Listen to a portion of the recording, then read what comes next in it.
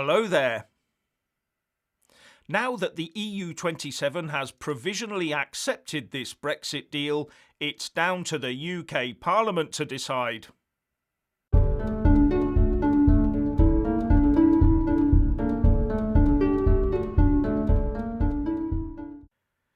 Firstly, please subscribe and like this video to give my channel a boost. And I'm always uploading new content, so please do check back daily. And a big thanks to my Patreon and PayPal supporters. This morning, in a short session, ambassadors of the EU27 member states agreed unanimously to accept the newly brokered Brexit trade deal. This allows Brussels to provisionally ratify the deal so it can be put into operation, and then the EU Parliament can vote for it in the next couple of weeks. And the swiftness of this EU27 agreement has some people, of course, claiming that this proves the deal to be great for the EU but a sellout by the UK. But in the UK, nothing can happen without the UK Parliament agreeing to it as well. So we're now expecting to hear that the UK Parliament has been recalled for Wednesday and that all of the paperwork has been issued for the bill that will form the enabling act of Parliament. But Nicola Sturgeon and the SNP have already recalled the Scottish Holyrood Parliament on Wednesday afternoon for their PR stunt. That of debating and voting against the deal and the bill, even though that will be purely symbolic and a powerless action. And the Welsh Assembly has also been recalled that day to give their highly predictable views on Brexit and airing. But if the EU27 has okayed the deal that Sturgeon and her team dislike so much, does that mean the Scots Nats now hate the EU? The EU Council has enabled a situation that potentially puts a thumb in the SNP optic. The EU Council has decided not to inflict all that disruption on the UK that the SNP said would happen in a no-deal scenario, a disruption that Nicola Sturgeon was praying would give her the best stab at independence. But those pesky EU leaders have let her down. Very galling, especially after all the sucking up to Brussels she's been doing. Now, the UK Prime Minister Boris Johnson and his team have been playing their cards very close to their chests. With demands for more scrutiny time on this deal from many different quarters, you'd have thought the proposed legislation would have been published by now. So there may be a couple of interesting extras in there that the government wants to bounce on Parliament at the last possible minute. And one extra I have heard about is the possibility that there will be a clause in there to only allow a new government to take the UK back into the EU if it was a clear manifesto commitment to do so. But any EU-minded government would only need to use a new Act of Parliament to strip that clause out first, then get on with re-entry. The only way to ensure we don't get hooked back into the EU is to only elect people into Parliament who believe in UK sovereignty.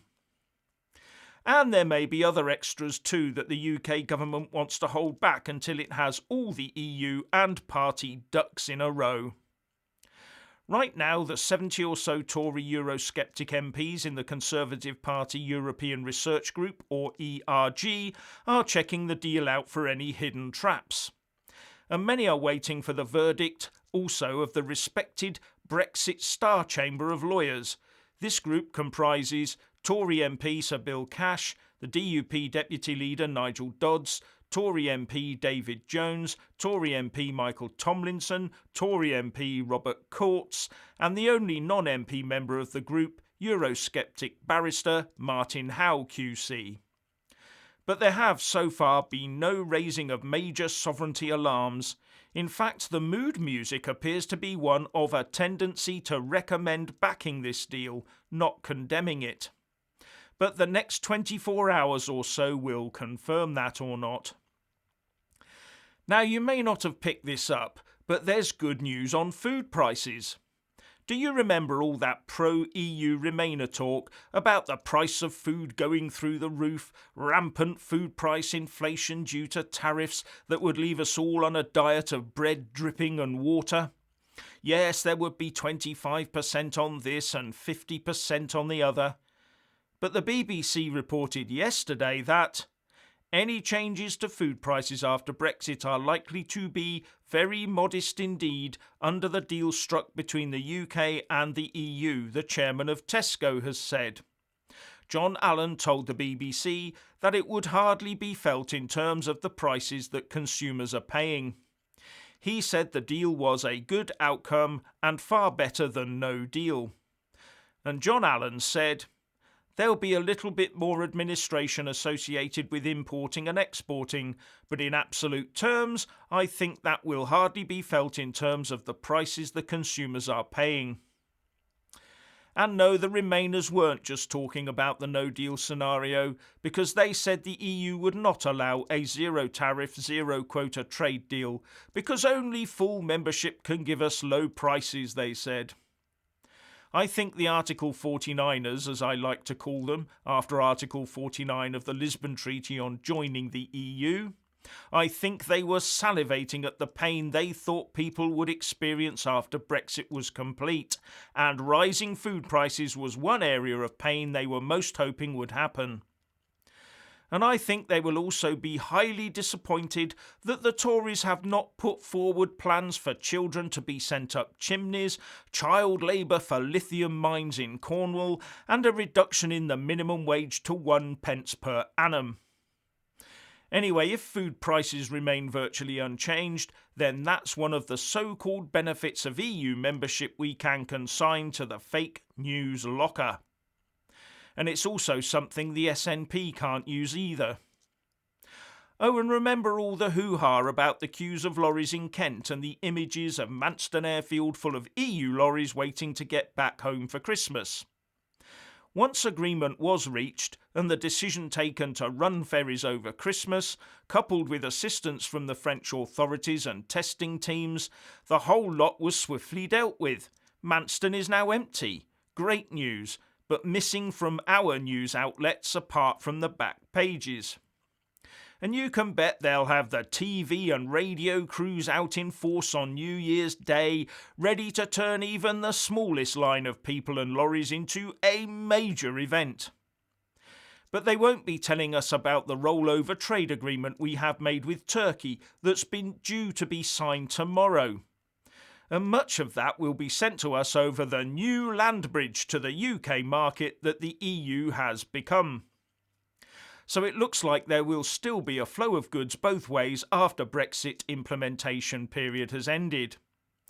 Puts paid to any need for stockpiling too. I was looking forward to a new government slogan to try and stop toilet roll hoarding. So I put forward my own suggestion, which was, save loo rolls, let your underwear do the work.